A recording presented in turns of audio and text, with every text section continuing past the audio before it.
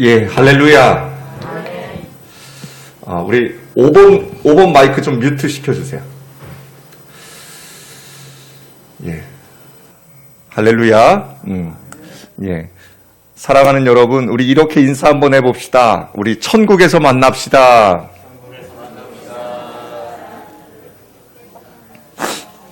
예. 초대교회 그 교인들은 만나면 이렇게 인사했다고 그럽니다. 예. 샬롬. 네. 살롬. 네. 제가 아랍권에 갔을 때, 파키스탄에 갔을 때, 그들의 인사가, 샬롬이었어요. 여러분이 잘 아시는 그 무슬림들도 이 샬롬이라는 인사를 하고요. 유대인들도 이 샬롬이라는 인사를 해요. 이 샬롬의 뜻이 뭐냐면 여러분, 우리가 흔히 얘기하는 평안을 빕니다라는 뜻이에요. 그런데 그냥 평안이 여기서 이야기하는 우리가 그냥 아무 일 없고 우리가 그냥 정말로 평화롭고 안정적인 삶을 사는 게 평안이라는 기독교의 뜻이 아니라 이 평안은요, 어디에서 오는 평안이냐면 바로 세상이 주는 평안이 아닌 하나님으로부터 오는 그 평안을 기원하는 것, 바라는 것. 이것이 기독교의 인사예요. 그러니까 우리에게 오는 이 평안은 어디서 와야 된다? 하늘로부터 와야 된다는 거예요. 돈으로부터 오면 안 돼요. 권세로부터 오면 안 됩니다. 여러분의 건강으로부터 오면 안 됩니다. 우리의 오는 평안은 누가 주시는 평안이에요? 하늘로부터 오는 평화라는 거예요. 비록 제가 몸이 아플 수도 있어요. 비록 제가 돈이 없을 수도 있어요. 비록 제가 정말로 세상 사람들이 보기에 정말로 안쓰럽게 살아갈 수도 있어요. 그러나 여러분, 그것들은 세상이 주는 평안이지 하나님이 주시는 평안은 세상이 주는 평안과 다르다는 것입니다. 하나님이 여러분과 저에게 그 샬롬의 은혜를 주실 때에 여러분이 그 은혜를 사모하실 때에 그 평안이 저와 여러분에게 머무른다면 세상과 나는 간 곳 없고 오직 구속한 주님만 바라볼 때에 참 평안을 누리게 된다라는 것입니다. 여러분, 그 참 평안이 어디에 있을까요? 그 참 평안이 바로 예수 그리스도 안에 있다는 것입니다. 우리 장한기 권사님은 이제 그 참 평안을 영원히 누리실 것입니다. 오늘 저는 이 누가복음의 말씀을 통해서, 이 말씀은 원래 저희가 목요일에 저희 교회에서 저도 생각이 안 나요. 목회자들이 한 11명, 우리 다 한 16명 정도 모여서 목회자들이 이제 저희 교회에 오셔서 전국 각지에서 오셔서 함께 예배를 드렸어요. 그때 제게 설교를 맡기셔서 제가 그 목회자들을 위한 설교를 준비했던 내용이 오늘 본문입니다. 그런데 그날 그 목사님들이 모이는 날 장한기 권사님의 소천 소식이 들렸고 이 말씀을 증거하고 저는 그 행사를 마친 후에 장한기 권사님 입관 예배를 드렸지요. 그때 드렸던 그 말씀이 장한기 권사님을 생각하게 하는, 정말로 장한기 권사님의 삶을 바라볼 수 있는 본문이었어요. 오늘 말씀의 제목이 끝자리의 매력입니다. 끝자리의 매력. 여러분, 사람은 두 종류의 삶을 살아갑니다. 첫 번째는 자기를 높이는 삶. 또 다른 사람은 그와 반대로 자기를 낮추는 삶을 살아갑니다. 그런데 여러분, 우리는 누구나 다 본능적으로 높아지려고 합니다. 될 수 있으면 높아지는 삶을 살려고 노력합니다. 어떤 사람들은 굉장히 낮은 삶을 사는 것 같지만, 겸손한 삶을 사는 것 같지만 그 겸손을 가장한 고도의 술책일 수 있는 삶을 사는 사람도 있습니다. 그러므로 진정한 자기 낮춤, 자기 겸손, 자기 비하의 삶을 살아간다는 것은 우리에게 거의 불가능한 삶일 것입니다. 예수님의 제자가 12명이 있었습니다. 그런데 여러분, 그 예수님의 제자 12명 사이에서도 끝까지 해결되지 않은 문제가 하나 있었습니다. 그것이 뭔지냐? 바로 자리 싸움이었어요. 누가 예수님 우편에 서느냐, 누가 예수님 좌편에 서느냐라는 자리 싸움이었어요. 그들은 하나님 은혜로 겸손한 자기 삶을 살아가야 했지만 그만큼 겸손해진다는 것은 너무나 어려운 문제였습니다. 겸손하다는 것, 자기를 낮춘다는 것, 끝자리에 앉는다는 것, 그것이 무엇일까요, 여러분? 오늘 말씀을 통해서 우리는 해답을 찾을 수 있습니다. 결국 끝자리에 앉는다는 것, 낮은 마음으로 앉는다는 것, 그것은 예수님의 마음이 아니면 불가능하다는 거예요. 예수님은 온유하고 겸손하셨으며 자기를 비우되 죽기까지 자기를 낮추어 복종하셨습니다. 마태복음에 보면 예수님이 그렇게 말씀하셨죠. 나는 마음이 온유하고 겸손하니. 사랑하는 여러분, 오늘 본문에서도 자기를 낮추는 자를 끝자리에 앉는 자라고 비유하셨습니다. 오늘 본문에 보면 예수님께서 혼인잔치에 어떤 그 잔치 자리에 청함을 받았죠. 초대를 받았어요. 그런데 사람들이 저마다 다 어디에 앉으려고 그래요? 잔치 자리에, 높은 자리에 앉으려고 하는 것을 보시고 예수님이 비유로 말씀하시는 거예요. 혼인잔치에 청함을 받았을 때에 너희들이 높은 자리에 앉지 말고 어디에 앉아라? 끝자리에 앉으라고 권면하고 계십니다. 여러분, 높은 자리에 있다가 더 높은 자리에 사람이 청함을 받게 되면 청한자가 와서 뭐라 그래요? 손님, 그 자리를 비워주셔야겠습니다 라고 하면 부끄러움을 당하게 되지만 미리 끝자리에 앉았다가 청한자가 와서 벗이어 올라와 앉으라고 높은 자리를 권면하면 그때 함께 온 모든 사람들 앞에서 영광이 될 것이다 라고 하셨습니다. 여러분, 이게 무슨 말씀일까요? 바로 끝자리를 사모하는 자, 겸손해지길 원하는 자, 진정으로 겸손해지길 원하는 자들에게는 이런 은혜를 주신다라고 말씀하십니다. 세 가지의 은혜를 말씀하시는데요. 여러분, 겸손한 자에게 주시는 은혜. 첫 번째 은혜가 뭐냐면 바로 참된 소명의 의식의 은혜를 주십니다. 여러분, 소명이 뭘까요? 부르심이에요, 부르심. 나를 하나님이 불러주셨다는 거예요. 그거를 깨달아 아는 거예요. 여러분, 누가 불러주셨는지, 무엇을 위해서 불러주셨는지, 그리고 나를 왜 이 자리에 세워주셨는지, 그것을 알게 하는 것이 하나님의 은혜라는 거예요. 근데 언제 있을 때 그 은혜를 알 수 있다? 끝자리에 있을 때. 높은 자리에 갈수록 그 소명의식이 없어져요. 여러분, 장한기 권사님이요. 여러분 기억나시나요? 늘 그 굽은 허리를 이렇게 하시고 그 끌차 있잖아요. 그 차 가지고 늘 그 바구니 안에요. 그 차 안에는요. 뭐가 담겨도 담겨 있었어요. 정말로 그 바구니 안에는요. 항상 뭐가 담겨 있었어요.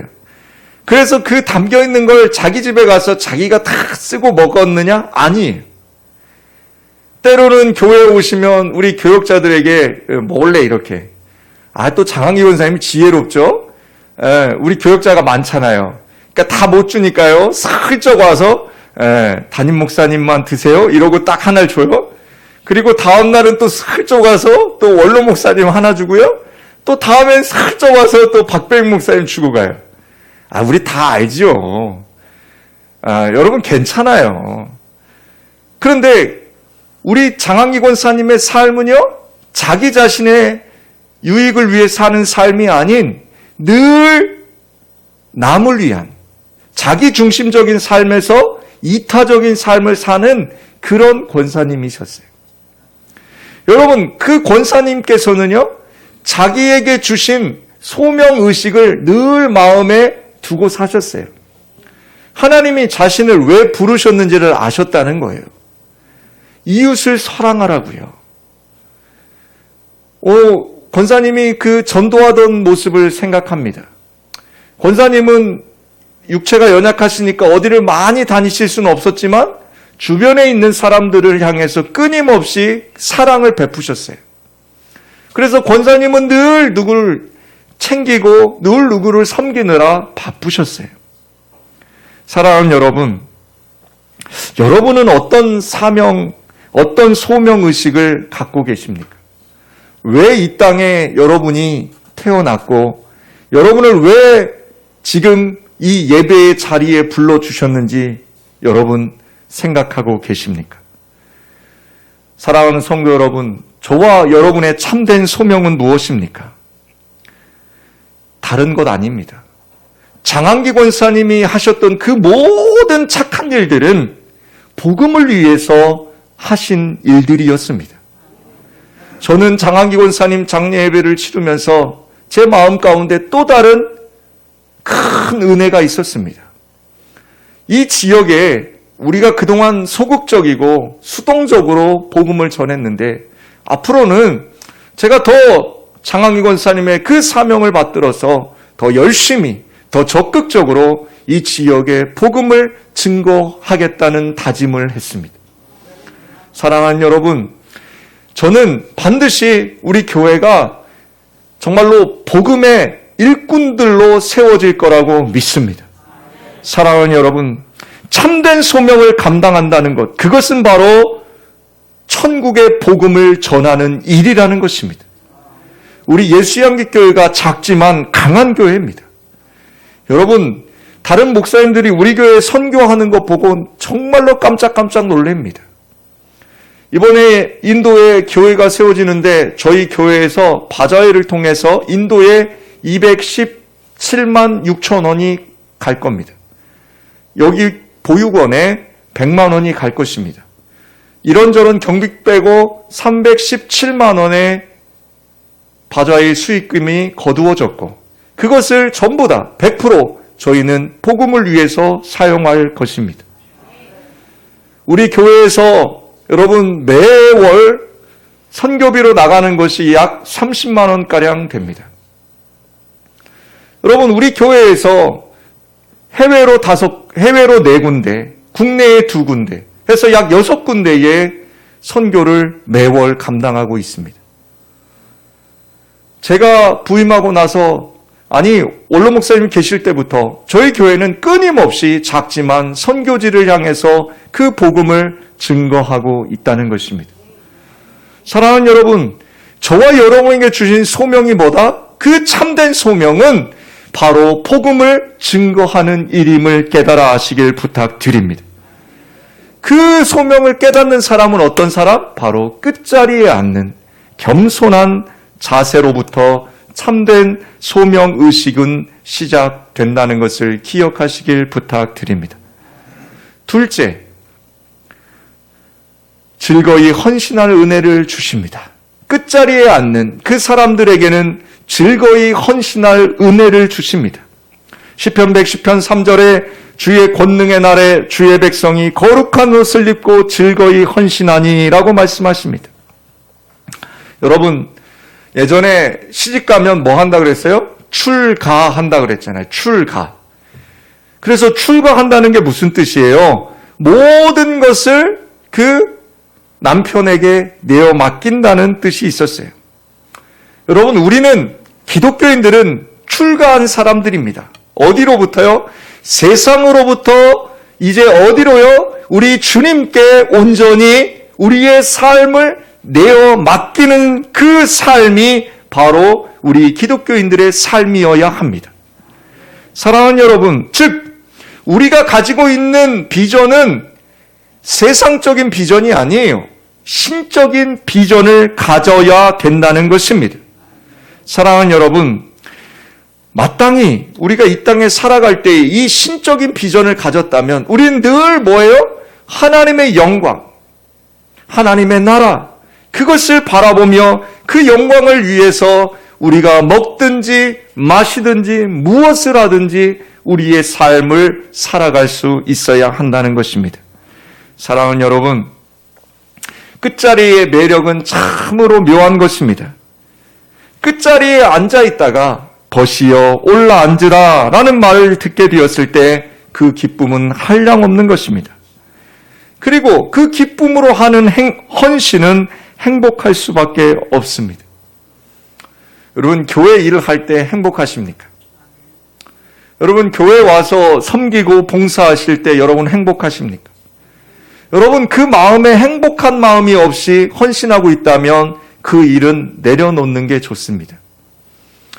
여러분은 교회에 일하러 오시는 게 아닙니다. 여러분, 교회에 일을 하실 때 여러분 마음 가운데 기쁨이 없고 감사가 없고 평안이 없다면 여러분 그 일은 잠깐 내려놓고 먼저 여러분이 어디에 서 있는지를 점검해 보시길 부탁드립니다. 여러분, 저는 여러분들이 어떠한 일에 매달려서 그 일에 빠져서 그 일에서 허우적거리는 걸 원치 않습니다. 여러분, 교회는 일하러 오는 곳이 아닙니다. 여러분, 교회는 여러분의 헌신을 필요로 하는 곳입니다. 헌신이 뭡니까? 여러분의 몸과 여러분의 마음과 여러분의 그 모든 것을 기쁘게 즐겁게 하나님 앞에 드리는 것, 그것이 헌신입니다. 일을 하는 것, 그것이 헌신이 아니라는 것입니다. 여러분이 이렇게 와서 이 귀한 시간에 정말로 여러분이 아침부터 교회에 올 때 정말로 깨끗이 머리도 감고 옷도 예쁜 거 입고 나 오늘 어떤 옷 입을까 이러면서 즐거운 마음으로 오늘 예배에 오셨습니까? 아니면 여러분 어떤 의무감으로 오셨습니까? 여러분의 마음을 여러분이 점검해 보셔야 됩니다. 여러분 이 예배가 바로 여러분이 드리는 헌신이 되어야 합니다. 끝자리에 앉은 자, 즉 겸손한 자들에게 하나님께서는 이 은혜를 주신다는 것입니다. 여러분이 이 은혜가 없다면 다시 한번 점검하십시오. 여러분이 지금 하나님보다 높은 자리에 앉으려 하지는 않는지. 마지막 세 번째, 끝자리에 앉는 자들에게 주어진 일을 감당할 넉넉한 은혜를 주십니다. 사랑하는 여러분, 끝자리를 사모하는 사람, 겸손하며 착한 사람에게는 하나님께서 주어진 일을 감당할 넉넉한 은혜를 주십니다. 사람이 자신에게 주신 일을 감당하기 위해서는 힘이 필요합니다. 힘은 훈련을 통해 길러집니다. 많은 사람들이 일꾼을 찾고 지도자를 요구하지만 나 자신이 일꾼이 되고 지도자 되려는 노력은 하지 않습니다. 여러분, 지도자들, 아니 헌신할 사람들에게는 세 가지의 훈련이 필요합니다. 첫째는 영성을 키워야 됩니다. 영적인 지도자는요, 말씀 훈련이 있어야 합니다. 여러분이 예수를 믿는데요, 예수가 누군지를 몰라요. 하나님을 믿는데요, 하나님이 누군지를 몰라요. 이건 뭘까요? 아버지가 있다고는 하면서 그 아버지가 누군지를 몰라요. 여러분, 먼저 해야 될 게 뭐예요? 우리가 아버지를 아는 것입니다. 우리가 먼저 해야 될 것은 바로 하나님 아버지가 누군지, 예수 그리스도가 누군지, 성령 하나님이 누구신지 그것을 알아가는 것, 그것이 바로 영적인 훈련이라는 것입니다. 사랑하는 여러분, 영적인 훈련에 힘쓰시는 여러분 되시길 부탁드립니다. 또 여러분, 겸손의 훈련이 있어야 합니다. 제가 계속 말씀드리지만 여러분 크리스찬이라면, 예수 믿는 사람들이라면 겸손해야 합니다. 제가 저희 딸과 이런저런 얘기를 나눌 때 한 가지 질문을 했어요. 얘야, 너는 사람들과의 관계를 가질 때 어떤 사람과 관계를 하고 그 관계의 기준이 뭐가 되니? 라고 했습니다. 여러분이 사람과의 만날 때 그 만남에서 어떤 모습으로 사람을 만나고 계십니까? 기준은 뭡니까? 내가 좋아하는 사람도 있고 내가 싫어하는 사람도 있습니다. 그런데 여러분의 기준은 뭡니까? 제가 저희 딸에게 그렇게 얘기했습니다. 얘야, 성경에 보니 우리가 사람을 만날 때의 기준이 하나 있다. 그것이 무엇이냐? 겸손하게 만나라는 것입니다. 누구를 만나든지, 어떤 사람을 만나든지, 어린아이를 만나도, 할아버지를 만나도, 대통령을 만나도, 아니 가장 어려운 일 하시는, 청소하시는 분을 만나더라도 우리는 늘 그분들 만날 때 어떻게 만나라고요? 겸손해야 합니다. 제가 선교지에 있을 때 선교들을 오십니다. 여름에 한 5박 6일 뭐 이렇게 해갖고 막 짐 싸가지고 막 먹을 거 입을 거 싸가지고 막 오십니다.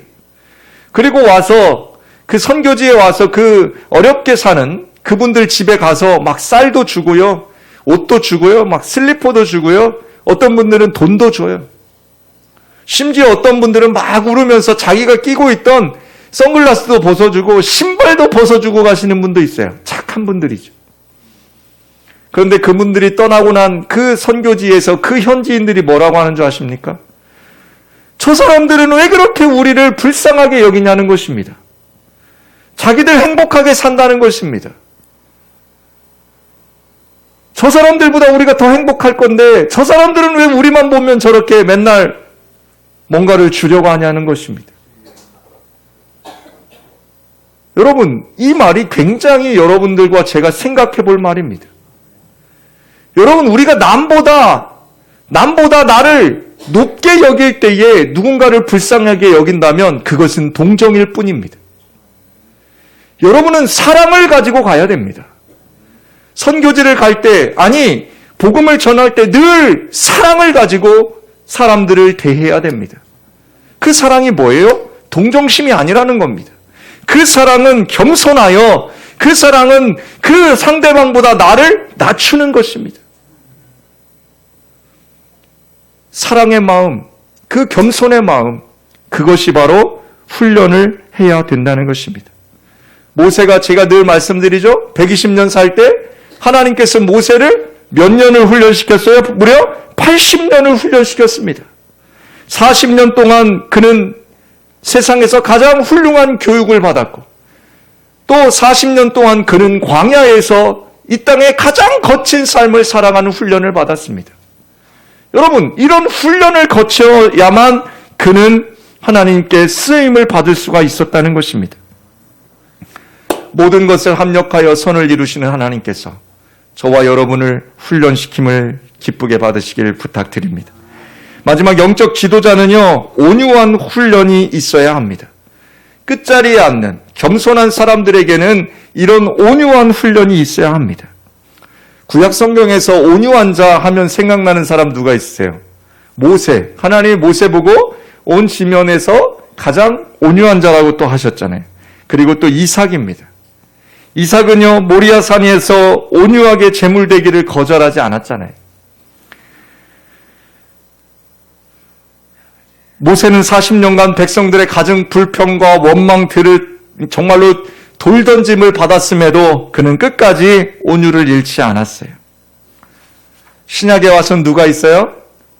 바로 예수님이 계시잖아요. 나는 마음이 온유하니. 온유한 지도자들 되시길 부탁드립니다. 마지막 영적 지도자는 섬김의 훈련이 있어야 합니다. 교회는 섬김을 받는 장소가 아니라 섬김의 장소입니다. 사랑하는 여러분, 하나님께 섬기는 것을 예배라고 하고 성도 간에 섬기는 것을 교제라고 하고 불신자에게 말씀 봉사를 전도라고 합니다. 사랑하는 여러분, 이 섬김을 위해서는 자신을 주고 물질을 드리고 합력해야 합니다. 오늘 말씀을 맺겠습니다. 사랑하는 성도 여러분, 끝자리를 좋아하고 섬기는 자리를 좋아하는 사람이 바로 영적인 지도자입니다. 영적인 지도자를 두 가지로 제가 뭐라 그랬어요? 끝자리를 좋아하는 사람, 또 뭐 하는 사람? 섬기는 자리를 좋아하는 사람. 이 두 가지를 갖고 있는 사람이 영적인 지도자가 되어야 된다는 것입니다. 하나님은 이와 같은 사람을 지도자로 세우시기를 원하십니다. 이런 삶을 살아가는 분이 바로 영적인 지도자, 여러분의 가정의 지도자, 일터의 지도자, 사회에서 지도자가 되어야 한다는 것입니다. 한국교회가 왜 세상에서 손가락질을 받고 있을까요? 사랑하는 여러분, 바로 이 끝자리에 서려 하지 않기 때문입니다. 한국교회가 화려함에 취하고 번영에 취해서 한국교회가 어느 날부턴가 교회의 이름을 드러내기 시작하고 목사님의 이름을 드러내기 시작했다는 것입니다. 사랑하는 여러분, 교회의 이름이 드높이는 걸 원치 마십시오. 목사님의 이름이 드높이는 걸 원치 마십시오. 우리 교회가 세워진 그 본질을 여러분은 늘 가지고 계셔야 됩니다. 겸손하게, 그리고 온 마음을 당해서 이웃을 사랑하고, 그리고 하나님을 사랑하는 그 모습으로 우리 예수양기교회가 서 있을 때, 아니 여러분들이 서 있을 때, 이 지역 가운데, 아니 이 땅 가운데 여러분은 지도자의 삶을 살아가는 복된 교회와 복된 인생이 될 거라고 저는 믿습니다. 이 지도력은 세상이 주는 것이 아닙니다. 말씀 충만, 기도 충만, 성령 충만으로부터 받음을 여러분 기억하시며 날마다 겸손의 훈련, 말씀의 훈련, 온유의 훈련, 섬김의 훈련이 되어지시길 주님의 이름으로 축복합니다. 저는 앞으로 이 훈련을 시작하려고 합니다. 그리고 이 훈련을 통해서 우리 예수양기교회의 모든 성도들이 이 땅의 지도자 되어지길 주님의 이름으로 축복합니다.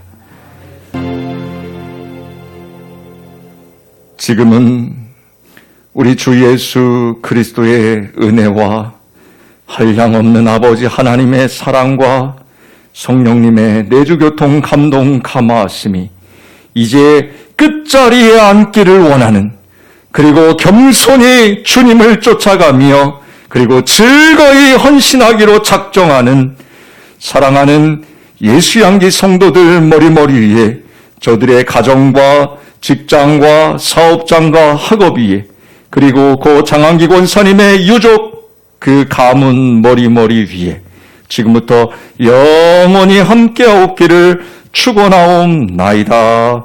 아멘.